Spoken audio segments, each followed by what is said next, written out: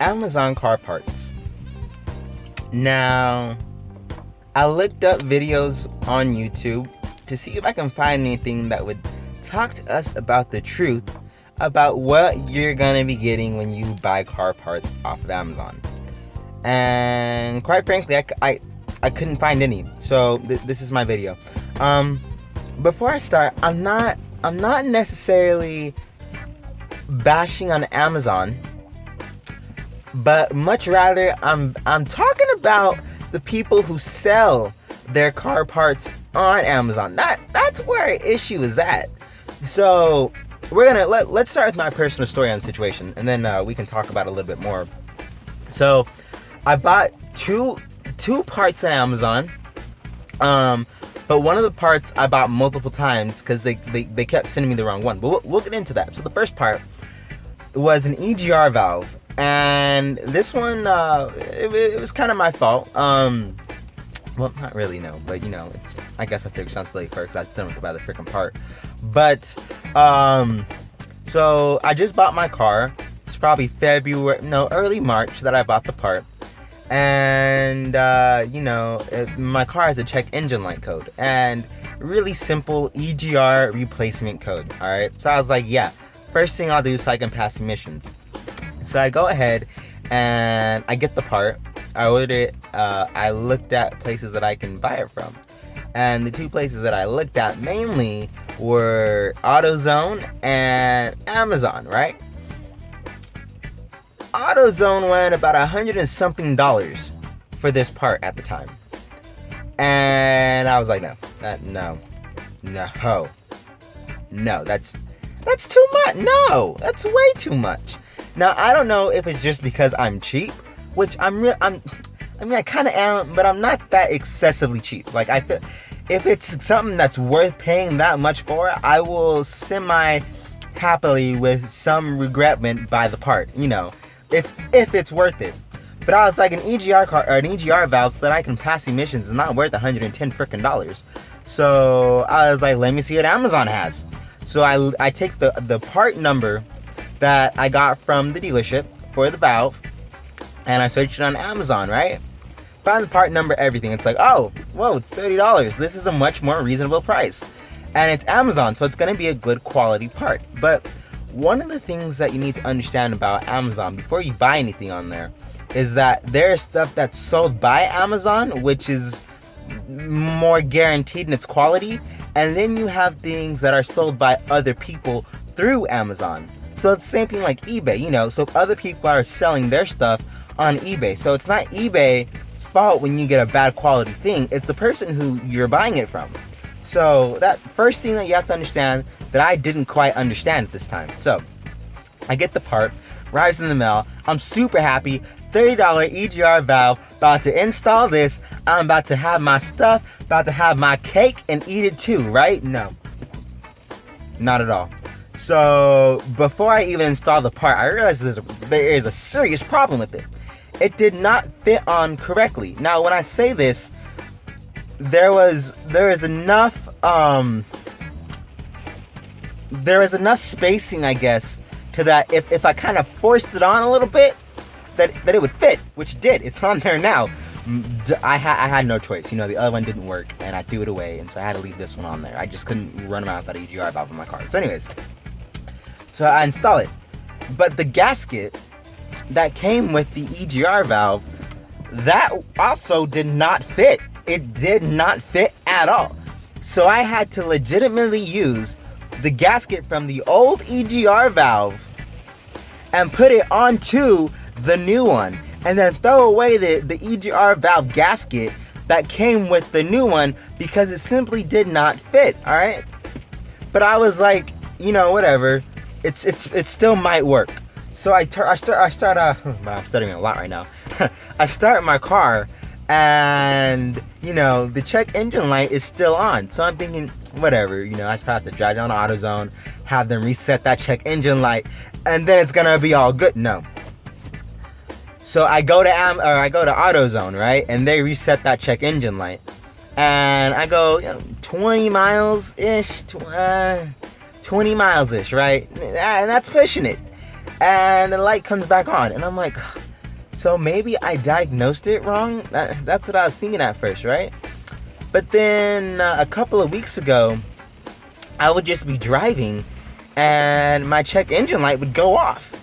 And I was like, whoa, okay. Like, it's like 6 months later, but at least it's working now, right? No.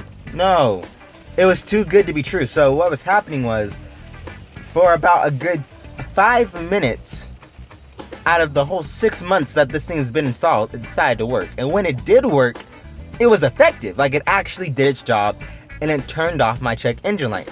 So that's how I know that this part is faulty. But I decided to give Amazon the benefit of the doubt. So then we're gonna jump to the video, the footage that you saw of my car when the starter failed on it, right?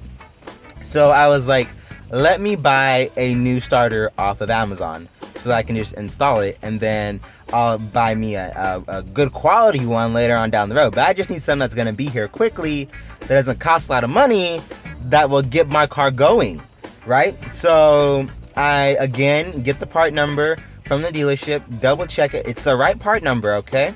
And I go on Amazon and I buy it. And it came to like $55, something like that, right? And so I buy the part, it gets here, I'm super excited, but I had never installed the starter before. I honestly didn't know what I was doing. So I had to look up videos, I had to do some research to figure out how exactly I was gonna install this. So the first time that I installed it, it took me about 3 hours to get it done. And remember, this is my first time ever installing a starter onto any vehicle. So I was literally starting from nothing. I was doing it by myself, and I had no help doing it. So I was like, all right, well, let's get her done. So I installed the car part 3 hours later, much frustration. You know, when you do something for the first time, especially when you're an amateur at working on cars, it just takes you a little bit longer. It's just, at least for me. So I finally get all installed, bolt everything back up. I'm super excited. My car is finally about to work. Like, my goodness, it's about time. So I put my key into the ignition, okay? I put it into the ignition, about to start my car, and I hear the most god-awful sound come from my starter. And it was like a... I was like, what? I just spent 3 hours and it does not work? Are you serious right now? So I was like, you know what? Maybe it didn't catch the first time, and if I do it one more time, it'll somehow catch. So I was like, well, let's hit it. So I do it again. Makes that same god-awful sound. It sounds like a cat getting ran over, but it didn't quite die the first time, so then you run over it again because you're an evil person, and it makes that horrible squealing sound. You know, it makes something like that. That is not a sound that should be coming from my car, especially when there's no cats around. So I'm like, this is not good. So the starter that I had in my car was pretty much about to die. Like, I would have to turn the key 5 or 6 times before I'd even consider starting my car. And when it did, it was a really, really weak start. But I couldn't have a starter that didn't work on my car, so I took that starter out, right? And I email the people who sold me the part on Amazon, and I tell them, you know, respectfully, you know, hello, how are you? How's your day? The part that you guys sent me, it does not work on my car, and the part numbers match up. And you guys said it was compatible, but it's not matching up.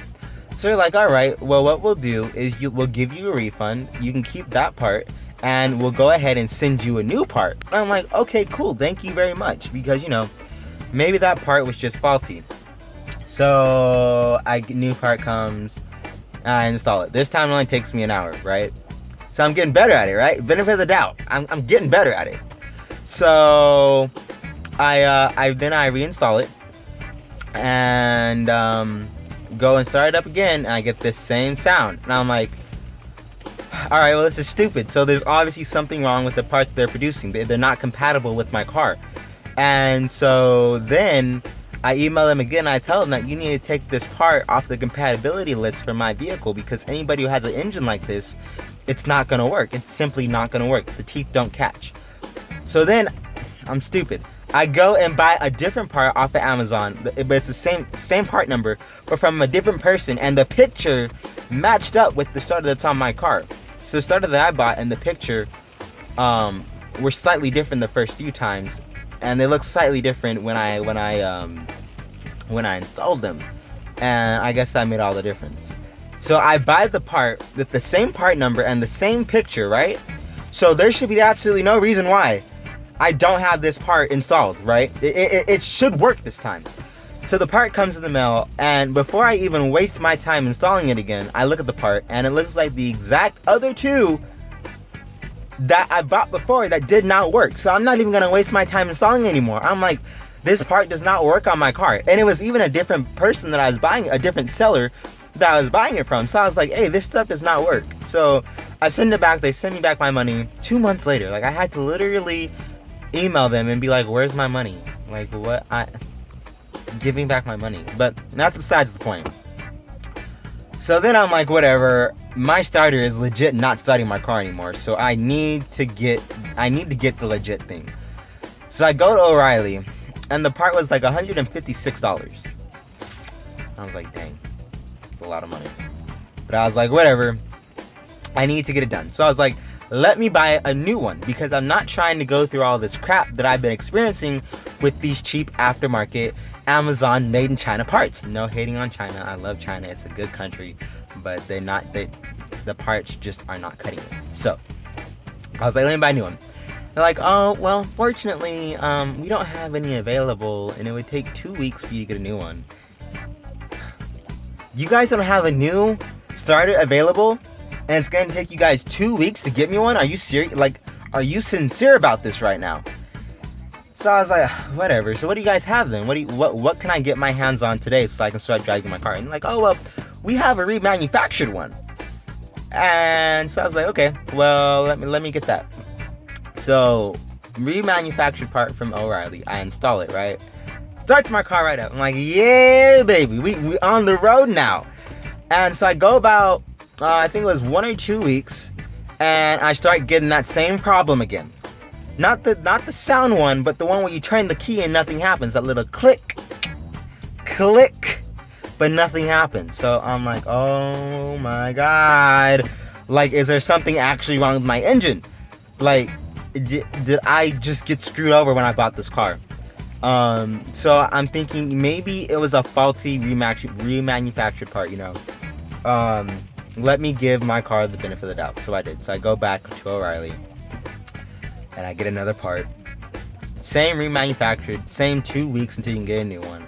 So I'm like, give me another remanufactured part. It's a lifetime warranty anyway, so if it messes up, well, I know there's probably something wrong with my engine. So this time it takes me literally 20 minutes to install this part. 20 minutes. When I replaced it so many times that it went from taking me 3 hours to replace this part down to 20 minutes. That's how many times I replaced this part. I am literally a pro at replacing parts or replacing the starter on the 3800 engine. It's literally second nature to me now. So anyway, so I installed this new part, right? And I guess the remanufactured starter was faulty, which is good, because I would have really hated having to install or having to figure out what's wrong with my engine, you know, because it's like, my God, I just bought the car. And so I installed a new part. It takes me 20 minutes, like I just said. And since then, I haven't had any problems. So, so I did research on exactly what the problem was regarding these. At least this, I don't know what's up with the EGR valve. I just think that was just a faulty part. But as far as the starters go, I did some research on why they were failing, because I had read the reviews on these parts, and they're working for other people, but nobody with the supercharged version of my engine. So I was like, well, why would that make a difference whether or not I have a supercharger on it? And so I was doing research, and apparently the supercharged version of the 3800 engine has a different flywheel than the naturally aspirated 3800 version, or the 3800 engine. So that meant that the starter that I was getting was built for the regular non-supercharged engine in my car rather than the supercharged version, because of that different flywheel. And the reason why they look different was because the one that's in my car now produces just a little bit more torque, and it has a slightly different design to it. But they still fit the same inside the car. So that's what the problem was. But the people who were selling on Amazon still listed the part as being compatible when it clearly was not. And when I still go back to these listings after I told them that this part does not work on these cars, I told them specifically, the supercharged version of these vehicles are not compatible with the starters that you guys are providing us. And so once I told them this, they still have these listings, these part numbers on there for their listings saying they're compatible. So now some other fool who doesn't watch this video is gonna go on there and buy these parts, and it's not gonna work. And they're gonna be like, well, why isn't it working? And then when they're gonna finally find this video, and it's gonna be like, oh, should have watched this first. But yeah, and you know, before this video, I tried to find research on, you know, Amazon car parts and their quality, if they're worth actually buying, and quite frankly, I couldn't find anything, which prompted me to make this video. So, key thing to take away from here: if you're gonna buy parts on Amazon, make sure that they're good quality, and don't go cheap on car parts, because you're literally getting what you pay for. I learned this the hard way. Now I don't buy cheap car parts, but you are seriously getting what you pay for. You put good stuff into your car, you get good stuff out your car. You put a crappy made in China starter that sounds like a dying cat into your car, and it's not gonna run. It's gonna look at you and say, are you serious right now? Alright guys, so yeah, if you guys have anything that you'd like to add to the discussion regarding Amazon car parts, please leave them in the comments below, and or any questions that you have, and I'll definitely get back to you guys. Anyways, thanks for watching, and you guys have a good one. See you next time.